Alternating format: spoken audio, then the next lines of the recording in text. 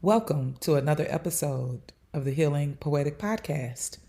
I am your host, Kia McLean. Thank you for joining me again. I am excited to share this conversation with you all. Healing hurts. Not healing hurts. That's what we're talking about. We can make a decision to do one or the other. Both decisions are going to cause some pain. It's going to cause some distress. It's going to cause some discomfort. And from my perspective, and also from my experience, I can speak from a person that didn't choose healing, and I can choose as a person who did choose healing, what that actually has looked like for me. They both were painful. And as I've already stated, they both cause some distress and discomfort. One will bring about one type of result, and the other will bring about a different result. The choice is ultimately going to be up to you as the individual on which one you're going to choose. Now, one thing I'll tell you that is funny and that people say often is that due to me being a Taurus, that I'm very stubborn, hard to change, right? They say that's one of the traits of a Taurus. Well, it's typically said in a negative way. Oh, you can't get them to change. They won't budge on their decisions. But they don't often talk about the positive side of the stubborn side of the Taurus, the bull, which is we are very stubborn about the things that we want to do that are positive as well. So when I decided that I wanted to make a change and do things that would ultimately be representative of the person that I knew I wanted to become, I knew that that was going to include me being uncomfortable. I knew this. This was a known fact. I had spoken with my therapist about it. I had spoken with people that I knew that had made this step in their own lives. And one of the things that happens is you can continue to do the same thing because it's comfortable, because it's familiar, and because it doesn't allow you, or it doesn't force you to conform to do different things. It allows you to stay in that comfortable space that you've been in. You're familiar with that space. How many times do you say, I'm going to just do this because it's comfortable? I'm going to just stay here because it's familiar. I'm going to just put up with this person because I've known them for 30 years. How many times have you said things like that? Well, that is the unhealed version. Those are just some examples of the unhealed version, because the unhealed version wants to remain in that comfortable position. Change is a threat to a person that wants to stay unhealed. And I'm not going to even say want to, because it's not always a desire to stay there, but it is a choice that we're continuing to make by staying there. Because we live in an information system now, where information is at our fingertips, which means, previously in some former years, the information was not there. So people did not know that they had the resources that we know about today. Knowing about the resources that we have available to us, I had a decision to make. I could choose to use the resources to help me to overcome some pain and some fears and some trauma and some issues that I was dealing with, or I could stay in that comfortable, rigid, fearful, angry, bitter space that I was in. But the choice was ultimately mine to make. Okay? So as you listen to this podcast, the choice is ultimately yours to make. You get to do whatever you want to do, right? But the information is there that if you want to become a healed person, there are things that you can do to become a much better version of yourself. So again, one's going to bring about the same or similar results. Let's go through what that may look like. These things, if you remain the same, can be detrimental to you. These things can lead to bitterness. They can lead to anxiety. They can lead to you being a pessimist. It can lead to your ultimate life being unhappy.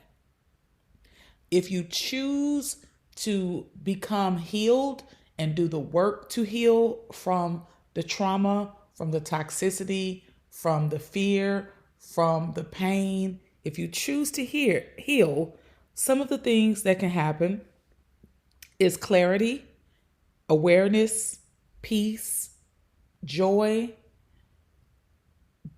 better relationships with yourself, a better relationship with others. These are just some things. Now, I can't tell you that without also telling you the in-between.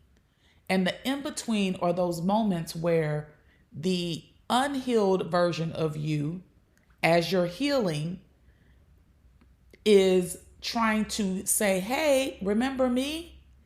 And so you'll find yourself going back to some of those techniques and ways that you used when you were unhealed, right? Because you don't go from unhealed to healed in 24 hours.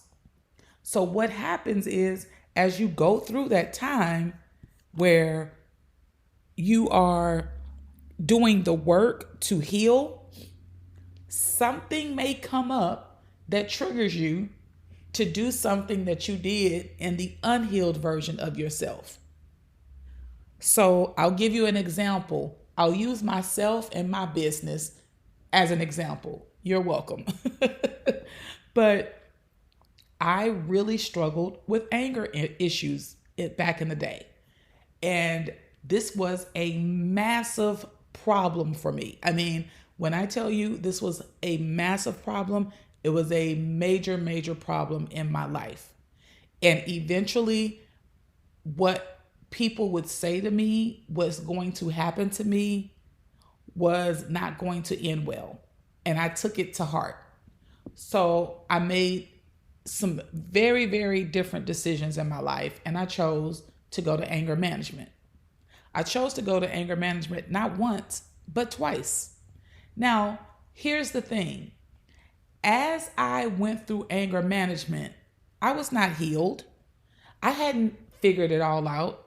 It didn't stop me from behaving the same way as I did in my unhealed version. Because just because I was moving towards healing didn't mean I had arrived there yet. So ultimately, what happens is I go back to the familiar space of doing some of those things. So I made a lot of mistakes as I was doing that work. What I had to also learn to do was give myself some grace. Right? I had to give myself some grace and just keep going, because what will happen, now listen to this part, what will happen as a result of you doing the work? People around you are going to see you doing this work. People around you are going to know that something's different about you. People around you are going to be wondering, what's going on with them? Why are they doing all of these things? Why are they talking different? Why are they walking different? Why are they looking different? Right? So the people around you are going to notice this. And so let's say, for instance, like I did, I shared with people, I'm going to anger management. I need to get my anger under control. This isn't appropriate behavior and it doesn't feel good. I just want to heal. I want to resolve some of these things that are causing the triggers. Right? The people that know you, the people that are around you, They knew the angry side of me. That is the friend that they developed. That is the acquaintance that they developed that relationship with.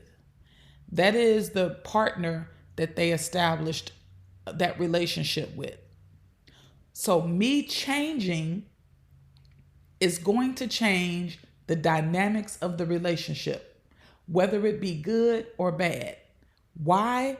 Because the person that they know is ultimately going to no longer exist. The Kia that they met is not going to be the Kia that they will come to know. As I heal from my anger, which is a direct result of my trauma, the person that they knew will no longer be that person. And they may find that we have nothing in common. They may find that I am continuing to try to evolve and grow and heal while they stay the same. That can become scary for people. People can get offended by that. People can feel intimidated by that. And so you have to be careful and pay attention to that, because it's not going to always feel good to lose people, especially people that you thought would understand. All I'm trying to do is grow and heal and be positive and have, great interactions with people in life. So what I had to learn was give yourself grace for the mistakes you make. Give yourself grace for the people that you're going to lose along the way. Send them empathy and love, because they won't all understand this process that you're going through. Some people are going to take it personal. I read this book, The 4 Agreements, and I used to do this. One of the things I used to do was take so many things personal. And that was one of the biggest lessons I had to learn. And I had to go back and read that book several times, because I really struggled with taking things personal. And I see people do that now with me in the way that I'm growing and the way that I'm releasing. I watch people struggle with that. And I have empathy for that, and I send them love and light. So when I say that to people, some people don't take that as authentic, but it's a very real thing that I do, because I remember being in that space of questioning, why people, what I would used to call it, walk away from me. No one is walking away from you. People are transcending. People are moving to different seasons of life. Oftentimes it isn't personal unless it is, right? There are those moments. There are people I've released because it was personal, but there are some people that I've released because it was just a different season of life. It was not anything that I felt was beneficial to me anymore. And a lot of times we don't understand that when you are healing, that is one of the things that's going to undoubtedly happen. People, you're going to lose people. And I don't even like to use the word lose, because I'm not losing anything. You're going to shed the relationships that you once had so that new ones can grow and develop and come into your life. That's the way I see it personally. The word lose people, I don't really understand that. I understand people use it, and that's how maybe some people feel. But a person that's no longer attached to me is not a loss. It is, like I said, it is, we are moving through different phases of life, and that particular season has just come to an end. So I understood that going into this, it was going to be painful. I got into this knowing that this is going to hurt me. And it's probably going to hurt me more in the beginning, starting out, than staying in the same place. And that discomfort was hell. I'm not going to lie to you. I've been on this journey I've been on this journey for 15 years. 15. When I tell you the types of bumps and lumps that I've had and I've gone through during this 15-year season has been a lot. There's been a lot of sliding back down the slide backwards and going through and experiencing some of the same mistakes because we like comfort. We like comfort. And I would often slide back down the slide and I would make the same mistakes and I would keep getting the same results. And I can assure you, I have finally arrived at a place where I'm not sliding back down the slide because I can't afford my emotional, mental, and spiritual health cannot afford to keep doing that. I'm trying to go to a place where I am not allowing my unhealed traumas and issues to get me to a place where I'm back where I started. So you have to understand that you're going to probably shrink lower than you are at your unhealed version to begin to heal. You're going to have to understand that you're going to experience people that will be offended by your healing, that will be offended by the fact that you are taking a journey that a lot of people around you will not understand and will not be on themselves. Choosing to heal, I understood it was going to mean I was going to offend people and it wasn't going to be an intentional offense. Choosing to heal, it meant I was going to give myself grace and I was going to speak to myself with love. I was going to always create a safe space within myself and for myself. I was going to be honest with myself so that I would demonstrate the work that I was doing in an authentic way, in an authentic and raw way. You don't have to like it. You don't have to agree with it. You don't even have to believe it. I don't care about any of that. None of those things have anything to do with me and the journey that I'm on. I had to make a decision to do the work that was necessary so that I was living a life that was definitely genuine, that was definitely leading to me having the highest level of happiness and joy because I chose to work through some issues that contributed to the unhealed version of me. I had to make a decision that taking accountability, becoming self-aware, forgiving myself for decisions that I made and forgiving other people, not being the victim, not complaining, not seeing everything that other people do as having anything to do with me. Those are things that I concentrated on. And so along the way, there have been people that have been offended by my decision for me. There have been people that were not willing to accept my boundaries and the work that I was doing on myself for myself.